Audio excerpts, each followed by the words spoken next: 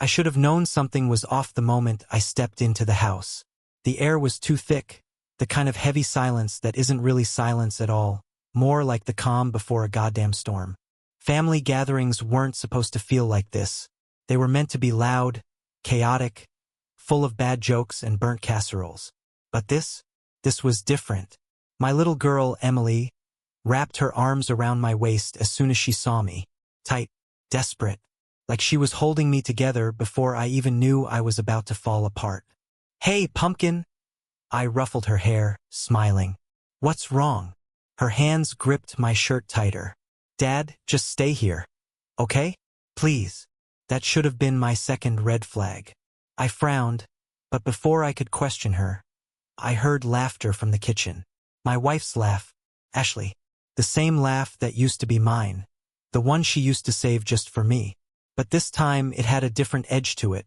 A familiarity that didn't belong to me anymore. I gently peeled Emily's arms away and walked toward the kitchen. She tugged my hand once, her fingers shaking, but I kept going. I had to. The moment I stepped inside, my stomach turned to ice. There they were. My best friend, Ryan, his arms wrapped around my wife. Her hand was in his pocket, gripping him like it was the most natural thing in the world. I froze. For a second, my brain refused to process what I was seeing.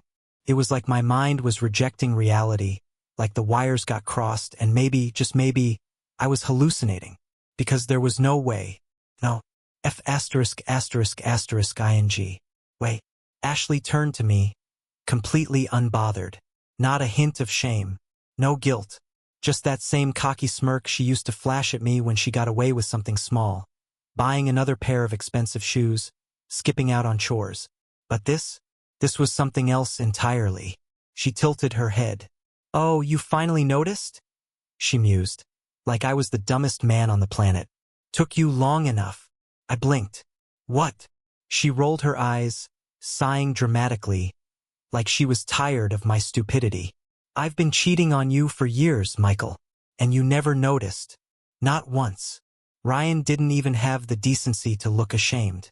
He just stood there, letting her talk like he was some *****ing trophy she was showing off. Couldn't breathe. My whole body locked up, like if I moved even an inch, I'd shatter into a million goddamn pieces. Then Emily's small voice cut through the static in my head. "Dad, everyone knows." I turned, my heart slamming against my ribs. She looked up at me, eyes full of something that killed me right there on the spot. Pity. Her voice was soft, apologetic. "He's like our stepdad." My world tilted. Stepdad. Step. *****ing. Dad. The room spun.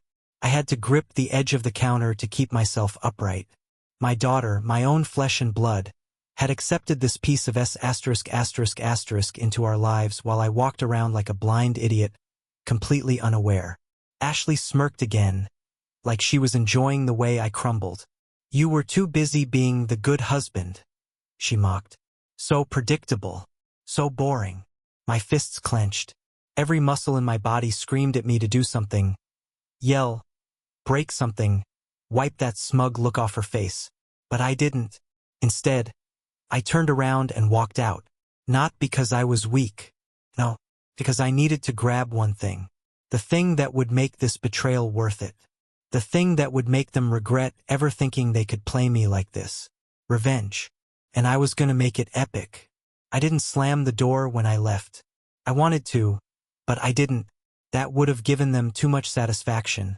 Let them know I was spiraling. Instead, I walked out calmly, like I was just stepping out for some fresh air. But inside I was a hurricane. My hands were shaking. My vision blurred with rage, betrayal, and something even worse, humiliation. Years. That's how long she'd been doing this behind my back. And the entire time, I'd been playing the role of the devoted husband, the loving father, while my so-called best friend played house with my wife and child. The worst part? They weren't even sorry. Ashley didn't even try to lie her way out of it. No fake tears, no pathetic excuses. She just admitted it, like it was nothing, like I was nothing. And Ryan, That spineless piece of garbage had the audacity to stand there like he belonged in my home. I got into my car, gripping the steering wheel so hard my knuckles went white. My mind raced, running through 1,000 different scenarios. Storming back in there and knocking Ryan's teeth out, flipping the entire dinner table over, throwing Ashley's things out onto the front lawn. But no, that wasn't good enough. This needed to be bigger. They wanted to humiliate me? Fine. But I was going to make sure their betrayal cost them everything. I drove, not even sure where I was going at first. Just needed to move, to get away from the suffocating weight of what had just happened. My hands itched for action, for something that would shift the power back into my hands. Then it hit me. I knew exactly what I needed. I made a sharp turn, tires screeching against the pavement, and headed straight for the one place Ashley never expected me to go. The place that held all the secrets she thought she had hidden from me. Her office. Ashley worked as an event planner, always bragging about her high-profile clients, the exclusive parties she put together. But more importantly, she had a work computer. One that she rarely let me near. One that probably held every filthy little detail of her affair. If she wanted to be reckless, I'd show her what reckless really looked like. I pulled up to the building, the parking lot mostly empty this late at night. A single light flickered near the entrance, casting long, eerie shadows. I stepped out of the car, my mind laser-focused. No second thoughts. No hesitation. Ashley thought she was untouchable. She was about to learn otherwise. I reached into my pocket, pulling out the keycard she had given me months ago, just in case. Stupid mistake. She had no idea that this would be the case. The scanner beeped. The door clicked open. I stepped inside. And then everything changed. The office was dead quiet, except for the faint hum of the vending machine down the hall. Dim emergency lights cast eerie shadows along the walls. I moved quickly, my heartbeat steady, controlled. Ashley's desk was at the far end of the open floor plan. I knew because I had dropped by once before, bringing her lunch like the idiot husband I was. She had smiled at me back then, kissed my cheek, told me I was so sweet. Meanwhile, Ryan was probably blowing up her phone, planning their next little rendezvous. My jaw clenched as I reached her workspace. Everything was annoyingly neat, her obsessive organization making my job easier. I dropped into her chair, wiggled the mouse, and the screen flickered to life. Password screen, of course. I tried a few obvious ones: Emily's birthday, our wedding date, her middle name. Nothing. Then I took a deep breath. Ashley thought she was clever, thought she was smarter than me, but she was also predictable. I typed Ryan 2005. The screen unlocked. Disgust churned in my stomach. 2005, the year she met Ryan. Not the year she met me, not the year we got married. No, the year he came into her life. My hands shook as I clicked through her files. And then I found it. A folder buried deep, disguised as work-related. Inside, everything. Emails, hotel receipts, private messages, photos, videos. Jesus, this wasn't just a casual fling. This was an entire second life. She had documented everything. Trips they took when she was away for work. Gifts he bought her. Messages where she laughed about how clueless I was. Then I saw something that made my blood turn to ice. A message from 2 years ago. Ashley, I wish I could just leave him already. Ryan, why don't you? Ashley, because he pays for everything. And honestly, he's an idiot. He'll never figure it out. My grip on the mouse tightened. This whole time, I thought I was building a life, a home, a future. Meanwhile, she was using me, playing me for a paycheck while screwing my best friend behind my back. I leaned back in the chair, exhaling slowly, forcing the anger down. Not yet. Revenge wasn't about anger. It was about patience, planning, precision. I plugged a USB into the computer and started copying everything. Ashley and Ryan thought they had me beat. They had no idea what was coming. The progress bar on the screen crawled forward, each percentage point fueling the fire in my chest. I sat there, staring at the names, the dates, the proof of my own stupidity stacking up in digital form. They really thought I'd never figure it out. They thought I was some blind, Spineless idiot. A wallet with a pulse. Fine. They wanted to play games? I'd show them what a real game looked like. The files finished copying. I yanked the USB out, slipped it into my pocket, and shut the computer down. My hands felt strangely steady. My mind was clearer than it had been in years. I left the office exactly as I found it, neat, untouched. No sign that I had ever been there.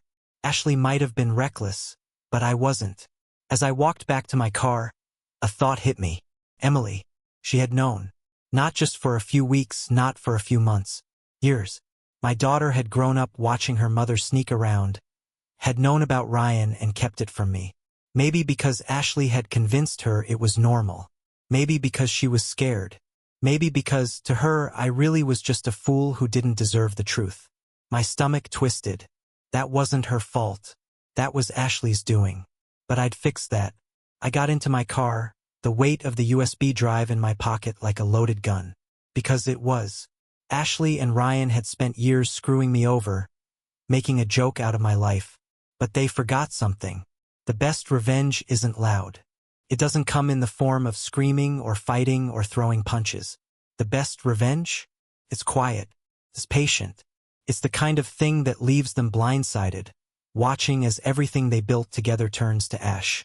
I smirked to myself as I pulled out of the parking lot. Tomorrow, their entire world would burn. I didn't go home that night. There was nothing there for me anymore. Just a house filled with lies, a bed that reeked of betrayal, and a wife who probably wouldn't even notice I was gone. Instead, I checked into a cheap motel on the outskirts of town. The room smelled like stale cigarettes and regret, but I didn't care. I wasn't here for comfort. I was here to plan. I sat on the edge of the bed, staring at the USB drive in my hand. It was small, insignificant looking, but inside, it held the power to destroy 2 lives. I plugged it into my laptop, scrolling through the files again, letting the reality of it all sink in. Hotel reservations under fake names. Texts dripping with arrogance. Michael's such a dumbass. He actually thinks I'm at a conference. I exhaled sharply. That was 2 months ago. While I had been sitting at home, waiting for her call, she had been wrapped around him, laughing at me. My grip tightened on the mouse. There were pictures, too. Some taken in our bedroom. My bedroom. The bed I bought. The sheets I slept on. I forced myself to keep looking. Every disgusting detail was fuel. I wasn't just going to leave. That would be too easy for them. No, I wanted them to feel it. To watch everything they built on lies come crashing down. First, I forwarded every incriminating email, message, and receipt to Ashley's work account. Her boss, her colleagues, even a few of her high-profile clients. Ashley loved her job. She thrived on her reputation. Well, let's see how she liked being the woman who slept with a married man while organizing charity events. Next, I sent a few choice photos and messages to Ryan's wife, Jessica. He was married, too. She deserved to know. She deserved to see what kind of man she had wasted years of her life on. And then, for the final touch, I set up a mass email, every friend, every family member, every mutual acquaintance we had. Subject line: the truth about Ashley and Ryan. Attachments included. I hovered over the send button, taking a deep breath. Then I clicked it. It was done. There was no coming back from this. No apologies. No excuses. Let them burn. I barely slept that night. Not out of regret. There was none. It was the anticipation, the electric charge of knowing that when the sun came up, their lives would never be the same. By morning, my phone was exploding. Calls, texts, voicemails. I ignored every single one. I took my time getting ready, grabbed a cheap coffee from the gas station, and finally, when I was good and ready, I drove home. The moment I pulled into the driveway, the front door swung open. Ashley stormed out, barefoot, her hair a mess, her phone clutched in her trembling hand. "You psycho!" she shrieked. "What the hell did you do?" I stepped out of the car, calm, unbothered. Exposing the truth? Yeah, real crazy of me. She looked wild, her face red, her eyes swollen, the confidence she always carried shattered. "My boss fired me," she spat, voice shaking. Do you know how humiliating that was? My clients dropped me. My parents. They won't even talk to me. Oh, I said deadpan. You mean they finally noticed? That must be rough. She gaped at me, chest rising and falling like she wanted to lunge at me. Do you have any idea what you've done? You ruined everything. I laughed, shaking my head. No, you ruined everything. I just made sure everyone saw it. Then came Ryan, stumbling out behind her, looking like a man who had just been hit by a bus.